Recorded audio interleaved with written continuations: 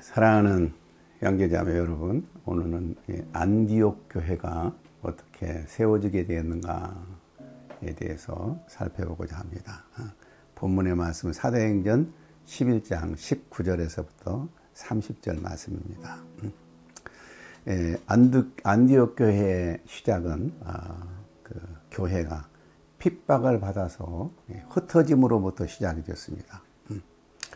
우리가 8장 1절에서 4절에서도 보면 사울의 핍박과 스데반의 순교 후에 그 흩어진 사람들이 두루 다니며 복음의 말씀을 전파했다 이렇게 하였는데, 여기 11장 19절에서도 그때 스데반의 일로 일어난 환란으로 말미암아 흩어진 자들이 베니게와 구브로와 안디옥까지 이르러 유대인에게만 말씀을 전한대 라고 말합니다. 인간적으로 생각하면 핍박을 받아서 이곳저곳으로 흩어지고 헤맨다는 것이 참 가슴 아픈 일이지만, 하나님은 오히려 그것을 통해서 이제 복음이 더 많은 사람들에게 증거되는 기회로 삼게 됩니다.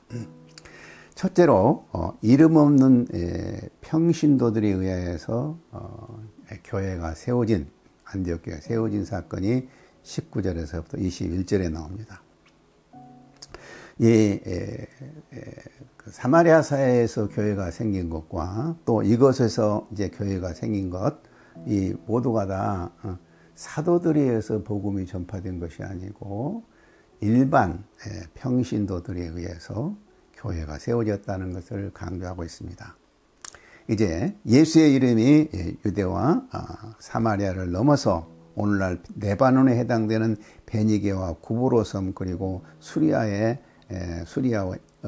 안디옥 도시까지 북쪽으로 퍼져나갑니다. 처음에는 유대인들에게 말씀을 전했는데 20절에서 보면 그 중에 구브로와 구레네 몇 사람이 안디옥에 헬라인에게도 말하여 주 예수를 전파하니라고 했습니다. 그들에게 전파한 말씀은 이때는 그리스도가 아니라 주라는 말이에요. 주로 선포했어요.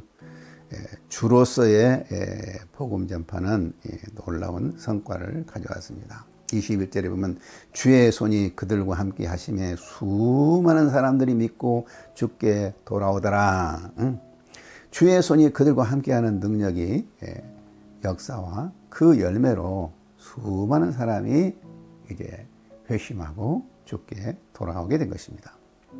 복음은 누가 전하느냐가 중요한 것이 아니고 누구든지 참 복음을 전하면 주께서 하심으로 능력의 역사가 일어난다는 것을 알 수가 있습니다.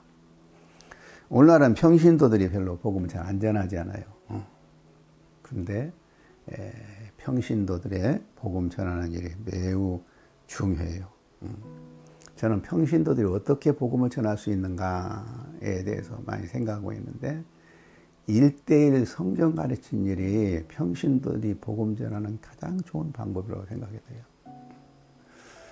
왜냐하면 우리가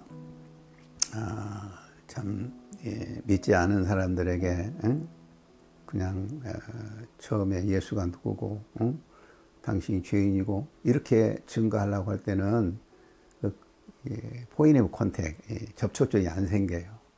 그런데 우리가 성경을 같이 공부하면서 하나님의 말씀을 같이 읽고 그 말씀을 같이 무슨 뜻인가 생각하게 될 때 성령이 역사하여서 그 사람이 예수를 믿게 되는 거랍니다.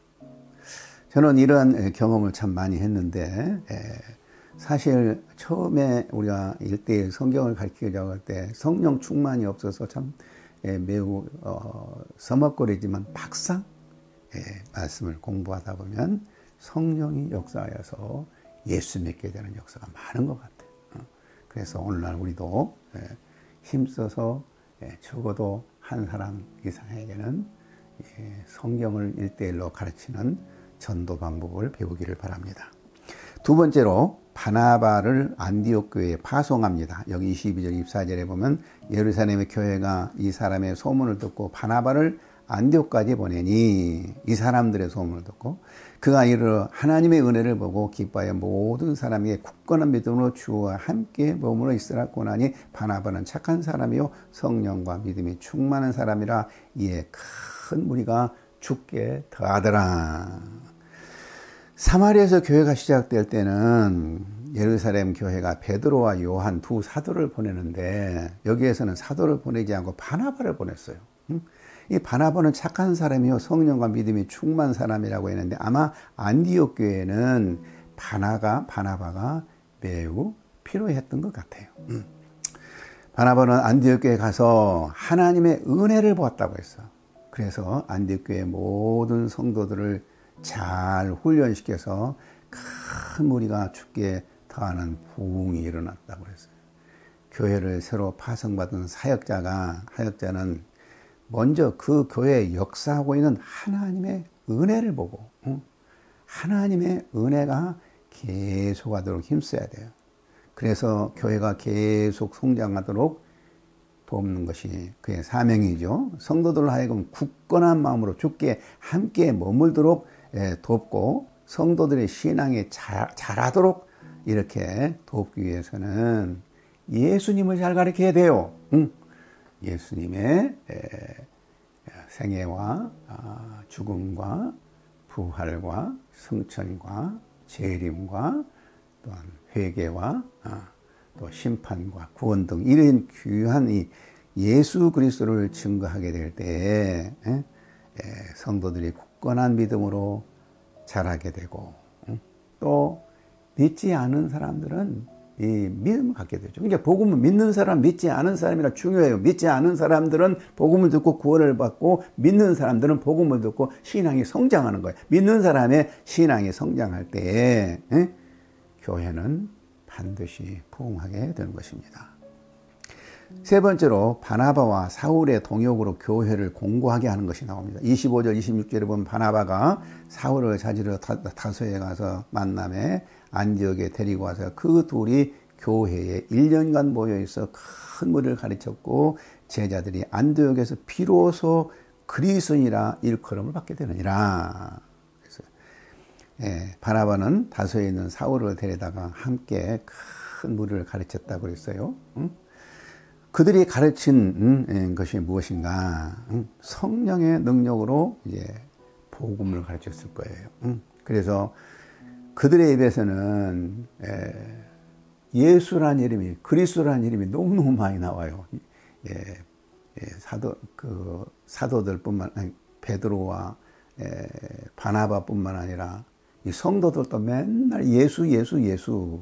그러니까 아마 믿지 않은 사람들이 조금 사카스틱한 의미로 저는 예수쟁이다 이렇게 말했을지도 몰라요.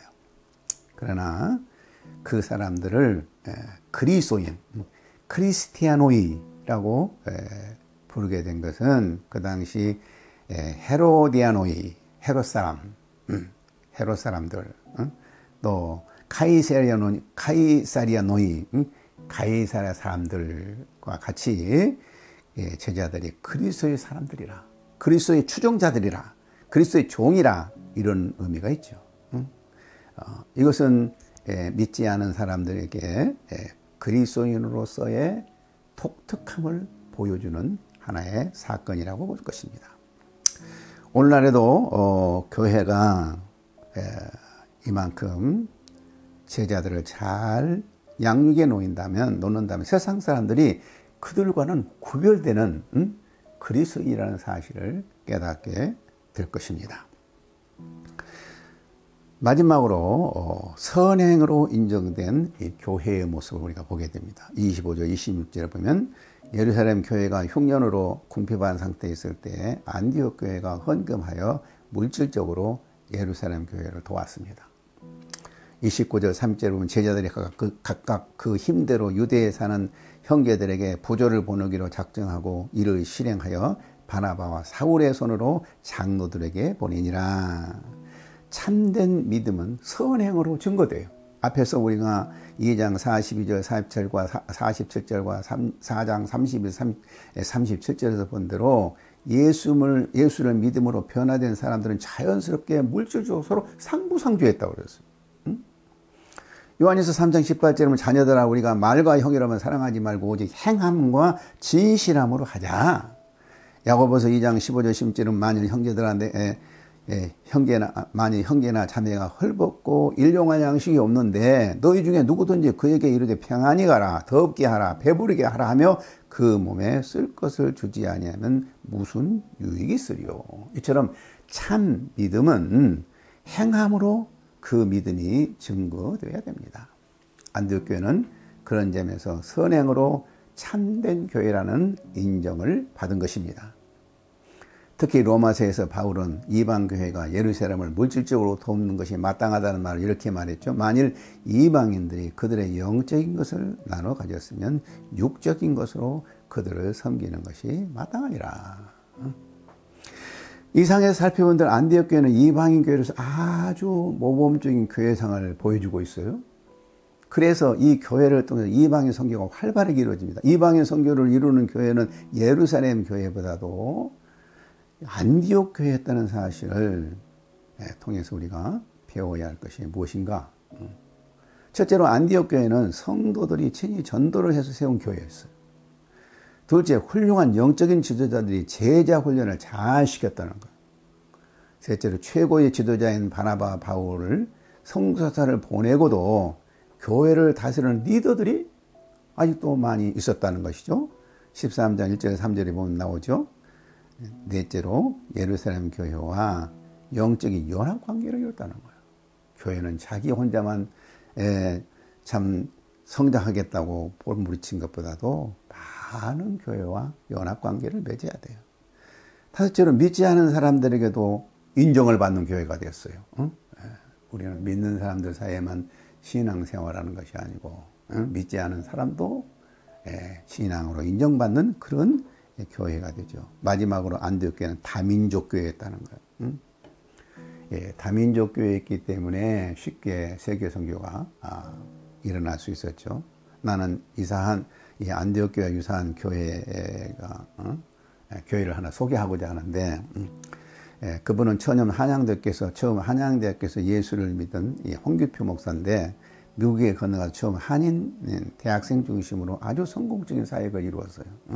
그러나 어느 날 그는 그 사역으로는 세계 선교를 이루기 어렵다는 걸 깨닫고 다민족 교회를 하기 시작했어요. 그래서 당시는 영어가 아주 미숙했는데도 불구하고 영어로 설교를 하면서 예배를 드리면서 다민족에 접촉하기 시작했어요.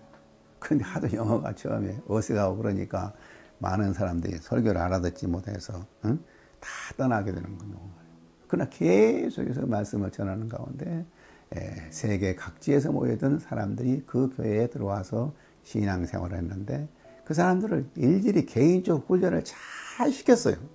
그래서 그들이 자기 고국에 돌아가면 교회를 시작하게 된 거예요. 그래서 생긴 교회가 중남미, 아프리카, 인도, 필리핀 등 한 10개 가까운 교회를 세우게 되는 이런 역사가 있어요. 이런 방식의 참 교회가 이루어진다면 세계 선교가 굉장히 활발하게 일어날 거예요. 안디옥 교회는 우리가 배워야 할 아주 중요한 모델입니다. 감사합니다.